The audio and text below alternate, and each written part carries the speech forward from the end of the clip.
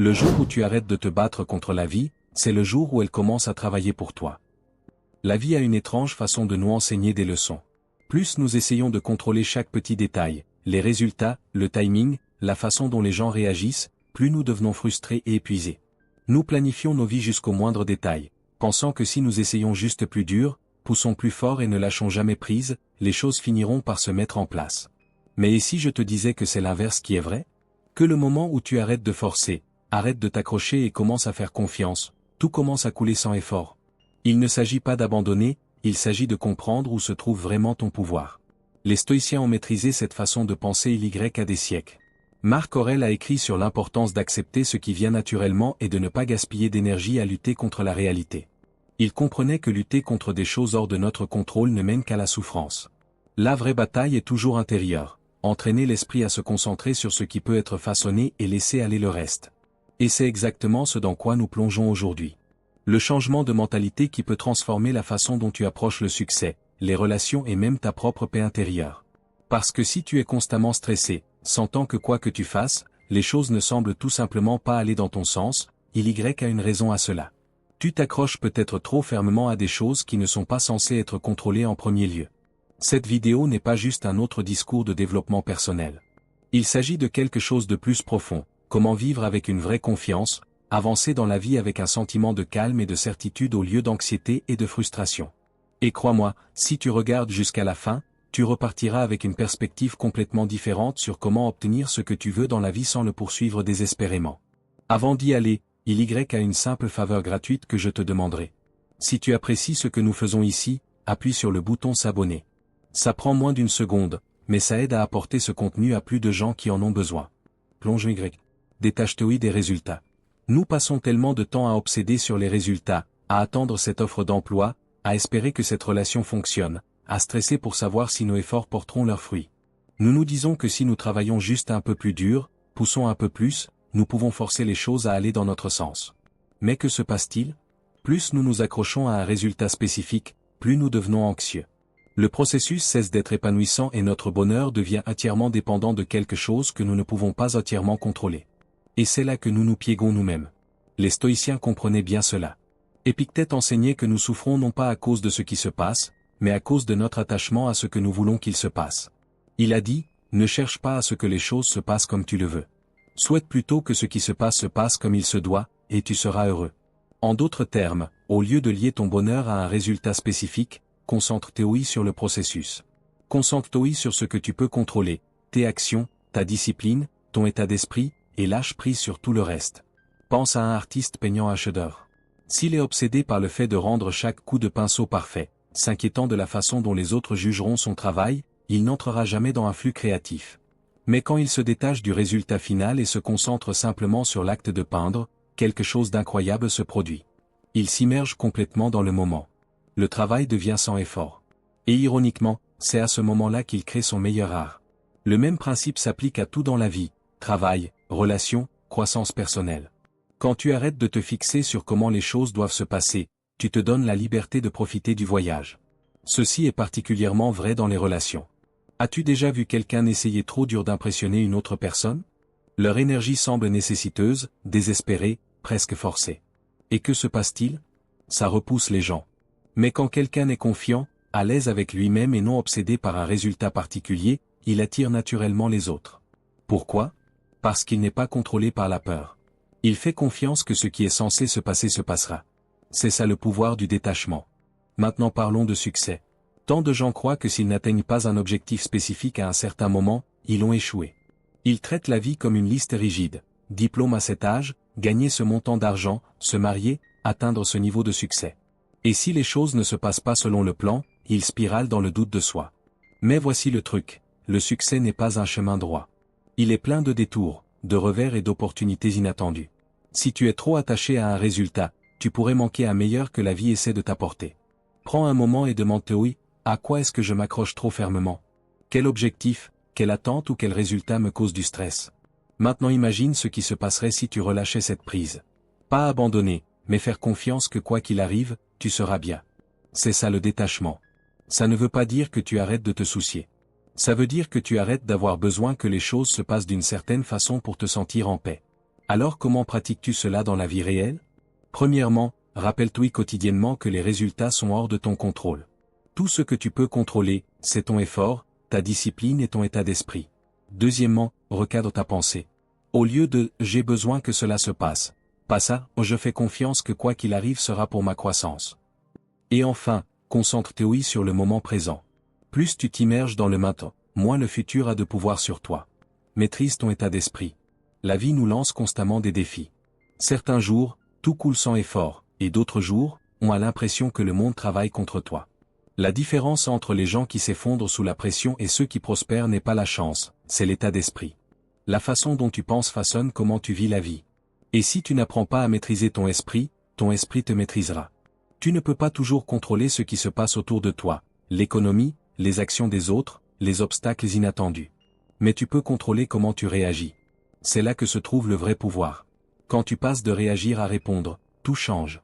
Le psychologue William James, souvent appelé le père de la psychologie moderne, a dit un jour, « La plus grande arme contre le stress est notre capacité à choisir une pensée plutôt qu'une autre. » C'est exactement ce que les stoïciens enseignaient. Tu n'aises pas à croire chaque pensée qui entre dans ton esprit. Tu n'aises pas à laisser chaque moment difficile te définir. Au lieu de cela, tu peux t'entraîner à recadrer les situations, à prendre du recul et à les voir sous une nouvelle perspective. Voici un autre exemple. Imagine que tu traverses une période difficile au travail. Tu continues à faire des erreurs, ton patron te surveille de près et tu as l'impression d'échouer. Une façon d'aborder cela est de penser, je suis terrible à cela, je ne m'améliorerai jamais, peut-être que je ne suis tout simplement pas assez bon. C'est un état d'esprit fixe et il te piège dans le doute de soi. Mais et si tu changeais cette pensée? Et si à la place tu disais, j'apprends. Chaque erreur m'enseigne quelque chose. La pression que je ressens m'aide à grandir. C'est un état d'esprit de croissance et il te permet de transformer les luttes en opportunités. Les stoïciens croyaient que chaque défi est une opportunité de pratiquer la vertu, patience, résilience, sagesse. Sénèque a dit un jour, les difficultés renforcent l'esprit comme le travail renforce le corps. Cela signifie que chaque lutte, chaque revers, chaque moment de frustration t'entraîne en fait à être plus fort. Pense à soulever des poids. Si tu ne te pousses jamais, tu ne construis jamais de force. La même chose est vraie pour ton esprit. Mais soyons honnêtes, maîtriser ton état d'esprit n'est pas quelque chose qui se produit du jour au lendemain. Ça prend une pratique quotidienne. Une façon simple de commencer? Prête attention à ton dialogue intérieur. Est-ce que tu te nourris constamment de pensées de peur, de doute et de négativité? Ou est-ce que tu t'entraînes à voir les opportunités, à recadrer les situations, à rester calme face à l'incertitude? Ton esprit est comme un jardin. Ce que tu plantes est ce qui pousse. Si tu plantes des graines de peur et d'anxiété, c'est ce qui prendra le dessus. Mais si tu plantes des graines de force, de clarté et de résilience, ce sont celles-là qui pousseront à la place. Une autre façon de renforcer ton état d'esprit? Entraîne-toi à rester dans le présent. Tant de stress vient du fait d'obséder sur le passé ou de s'inquiéter du futur. Mais la seule chose que tu peux toujours contrôler est ce moment précis, maintenant. La prochaine fois que tu te sens submergé, demande-toi, que puis-je faire maintenant qui me fera avancer? Cette une question peut te sortir de la panique et te ramener à ce qui compte. Fais confiance au timing de la vie. La patience est l'une des choses les plus difficiles à pratiquer, surtout quand tu travailles vers quelque chose d'important. Tu as fait l'effort, tout fait correctement, et pourtant rien ne semble se produire. C'est frustrant, n'est-ce pas? Le monde nous dit que le succès devrait venir rapidement, que si nous ne voyons pas de résultats instantanés, nous devons faire quelque chose de travers. Mais la vérité est que la vie ne fonctionne pas selon notre horaire. Elle bouge selon son propre rythme. Et essayer de précipiter le processus mène souvent à la déception. Les stoïciens comprenaient cela profondément. Épictète a dit un jour, aucune grande chose n'est créée soudainement. Pense Y. Tout ce qui est vraiment précieux, sagesse, force, succès, prend du temps à se développer. Tout comme tu ne peux pas forcer un arbre à pousser plus vite en tirant sur ses branches, tu ne peux pas forcer la vie à te donner ce que tu veux avant que le moment soit venu. Il Y a un ordre dans les choses, et quand tu apprends à faire confiance à ce timing, tu te libères de tant de stress inutile. Imagine un jeune artiste qui rêve de se faire un nom. Il travaille sans relâche, versant son cœur dans son art, mais il ne voit pas la reconnaissance qu'il veut. À ce stade, il a deux choix, il peut soit devenir frustré, perdre foi et abandonner, ou il peut faire confiance que chaque coup de pinceau, chaque œuvre le prépare à quelque chose de plus grand, même s'il ne peut pas encore le voir.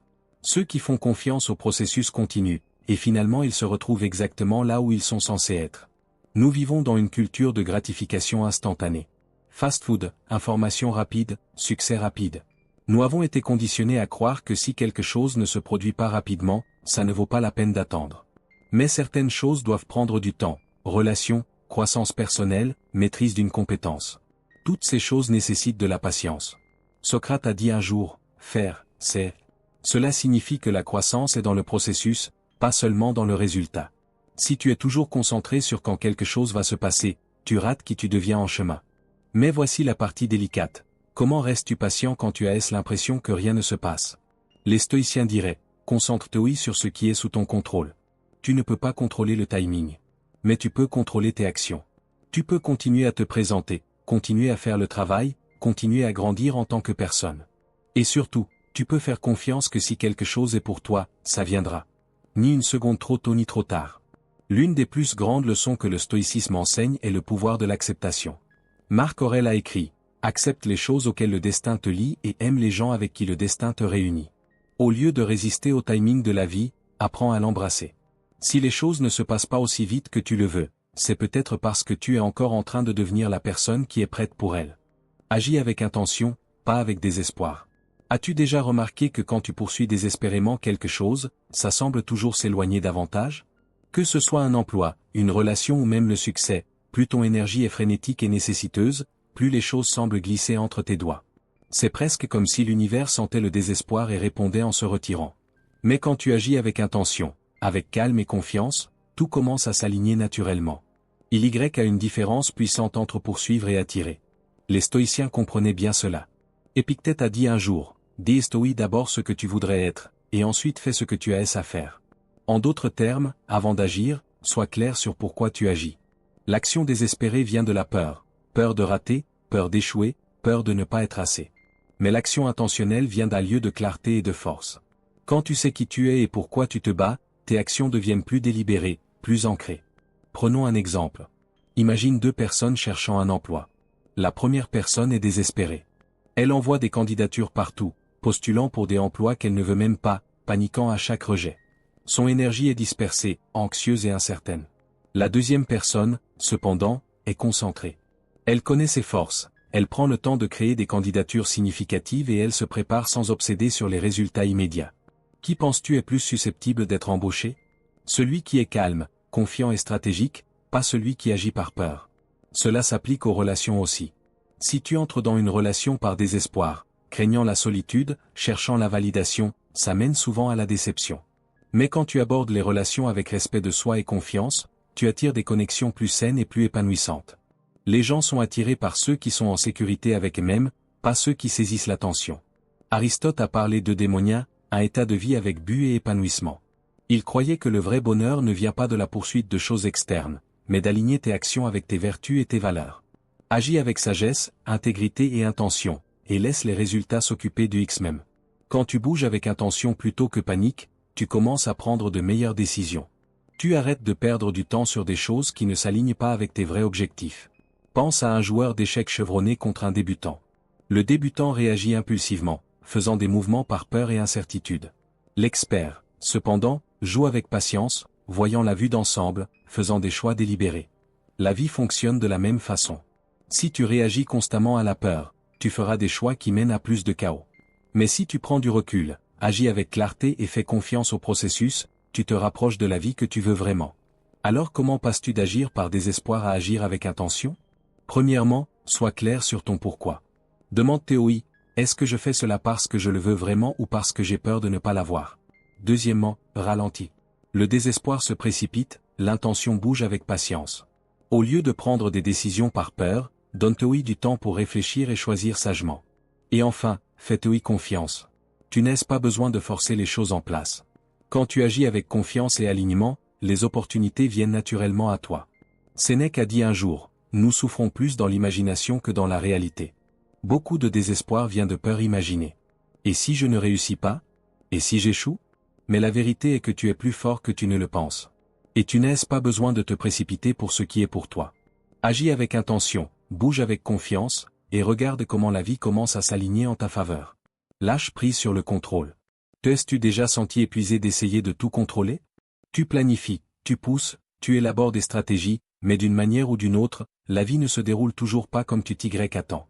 C'est frustrant, n'est-ce pas? Tu essaies de faire agir les gens d'une certaine façon, de forcer les circonstances en place, et de prédire chaque résultat possible, seulement pour te retrouver à te sentir plus stressé et moins en contrôle que jamais. Plus tu serres fort, plus les choses glissent entre tes doigts. Mais voici le paradoxe. Le moment où tu lâches prise, la vie commence à travailler en ta faveur. Les stoïciens comprenaient cela profondément. Épictète a dit, la liberté est le seul objectif digne dans la vie. Elle s'obtient en ne tenant pas compte des choses qui échappent à notre contrôle. Pense à cela. La vraie liberté ne vient pas du contrôle de tout autour de toi. Elle vient du fait de lâcher prise sur le besoin de contrôler. Plus tu dépenses d'énergie à essayer de gérer des choses qui ne sont pas à toi de gérer, les opinions des autres, le futur, le passé, plus tu t'épuises. Mais quand tu déplaces ton focus sur ce que tu peux contrôler, tes pensées, tes actions, tes réponses, tu récupères ton pouvoir. Prends les relations par exemple. As-tu déjà essayé de changer quelqu'un? Peut-être voulais-tu qu'un ami, un partenaire ou un membre de la famille se comporte différemment, soit plus compréhensif, plus soutenant, plus aligné avec tes attentes. Mais peu importe combien tu as essayé, ils sont restés les mêmes. C'est parce que les gens ne sont pas à nous de contrôler. Nous pouvons communiquer, nous pouvons établir des limites, nous pouvons choisir qui nous permettons dans nos vies, mais nous ne pouvons pas forcer quelqu'un à changer. Quand tu libères ce besoin, tu te libères de la frustration et tu permets aux relations de se dérouler naturellement. La même chose s'applique au succès. Tant de gens croient que s'ils poussent juste plus fort, ils atteindront leurs objectifs plus vite. Mais il y a une différence entre l'effort et le contrôle. Tu devrais absolument travailler vers tes objectifs, mais obséder sur chaque petit détail, stresser sur le timing et craindre l'échec ne crée que de la résistance. Sénèque a dit un jour, le destin guide les volontaires et traîne les réticents. En d'autres termes, quand tu te bats contre le flux naturel de la vie, tu crées une lutte inutile. Mais quand tu fais confiance au processus et te concentres sur ce qui est en ton pouvoir, les choses se déroulent avec beaucoup plus de facilité. Imagine que tu te prépares pour un entretien important. Tu as fait la recherche, tu te es entraîné et tu es prêt. Mais au lieu de faire confiance à ta préparation, tu commences à trop réfléchir. Et s'il me pose une question que je ne connais pas? Et si je gâche tout? Et si je n'obtiens pas l'emploi? Maintenant ton énergie passe de la confiance à l'anxiété. Tu entres dans l'entretien nerveux, tendu et remettant en question toi-même. Ce besoin de contrôle te fait moins bien performer. Mais si tu prends une grande respiration, te rappelles que tu as fait le travail et lâches prise sur le résultat, tu entres détendu, présent et beaucoup plus susceptible de réussir. Alors comment commences-tu à lâcher prise sur le contrôle? Premièrement, reconnais ce qui n'est pas en ton pouvoir. Les stoïciens croyaient en la dichotomie du contrôle. Il y a des choses que nous pouvons influencer et des choses que nous ne pouvons pas. Gaspiller de l'énergie sur l'incontrôlable ne mène qu'à la frustration. Deuxièmement, pratique l'acceptation.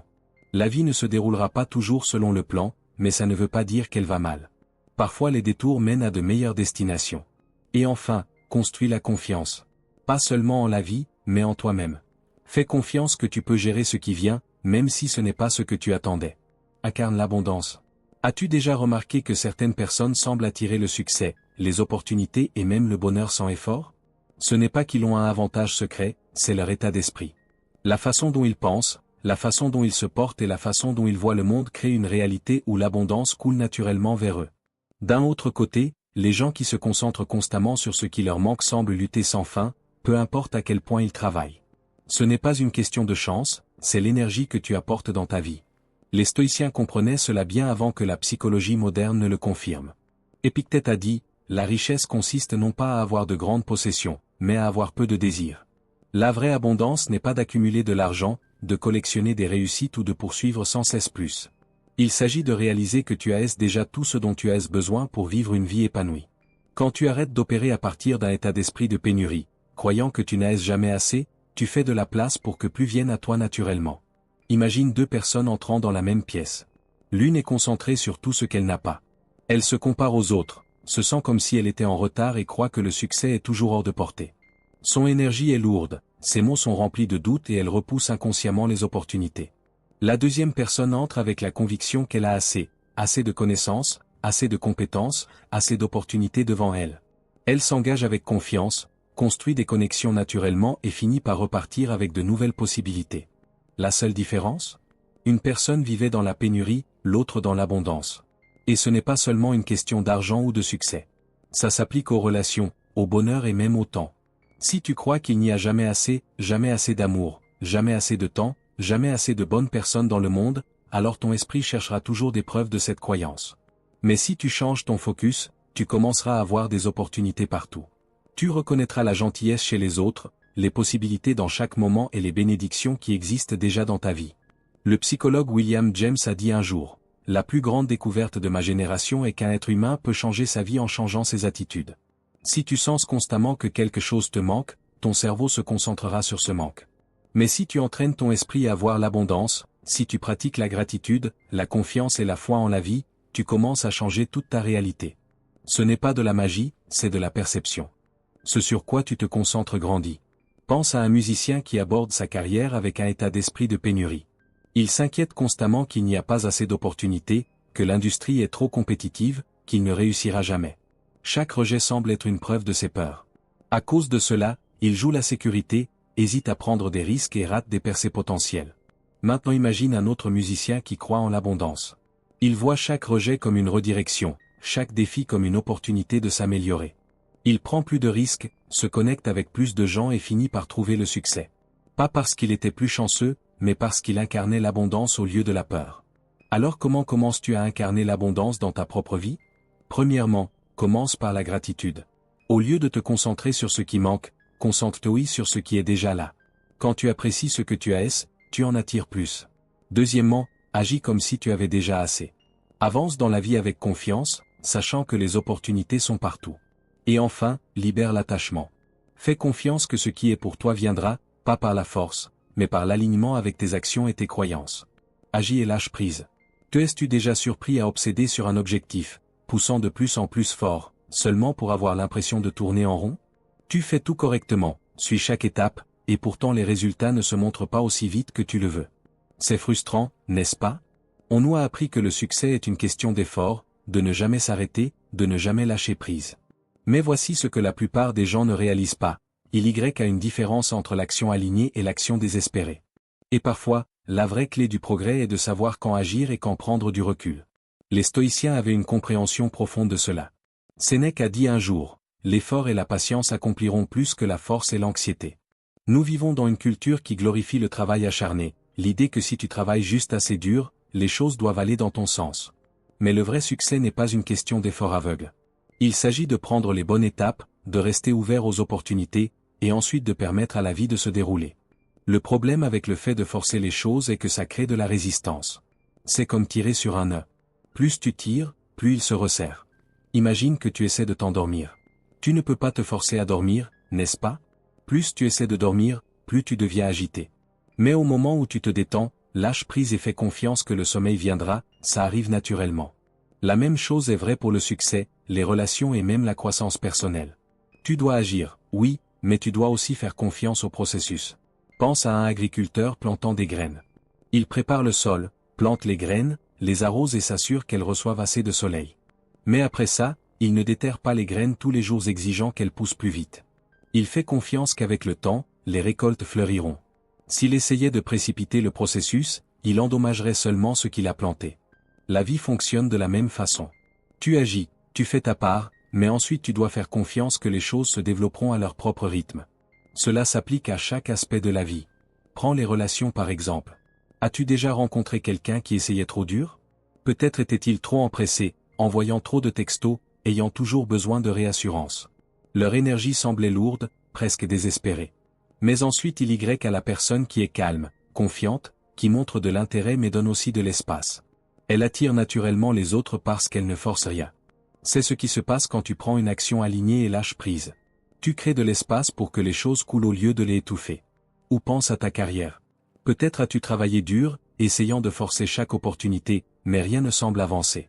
Maintenant, et si au lieu de paniquer, tu faisais confiance que ton travail était suffisant? Et si tu te concentrais sur être excellent dans ce que tu fais, construire des connexions significatives, et permettre aux bonnes portes de s'ouvrir quand elles sont censées le faire? Cela ne signifie pas que tu t'assieds et ne fais rien. Ça signifie que tu arrêtes d'essayer de contrôler chaque résultat. Tu prends une action intelligente et intentionnelle, et ensuite tu fais confiance que ce qui est pour toi viendra. Marc Aurèle, dans Méditation, a écrit « Fais ce que tu dois et laisse ce qui arrive arriver ». C'est l'essence de l'action alignée. Tu te concentres sur ce qui est sous ton contrôle, tes efforts, ta discipline, ton état d'esprit, mais tu n'obèdes pas sur les résultats.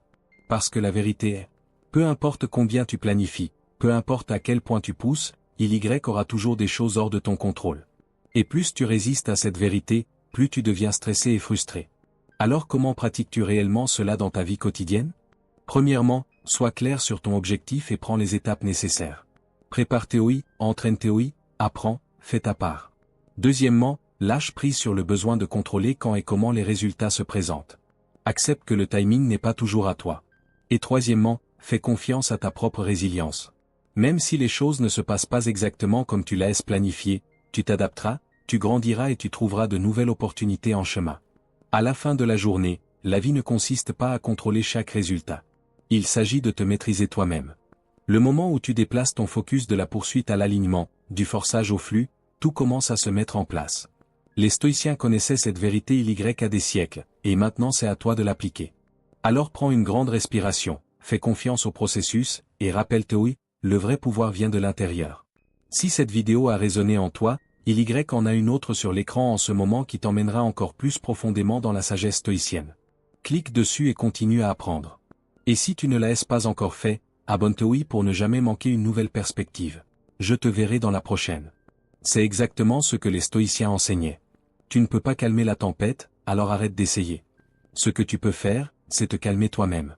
La tempête passera.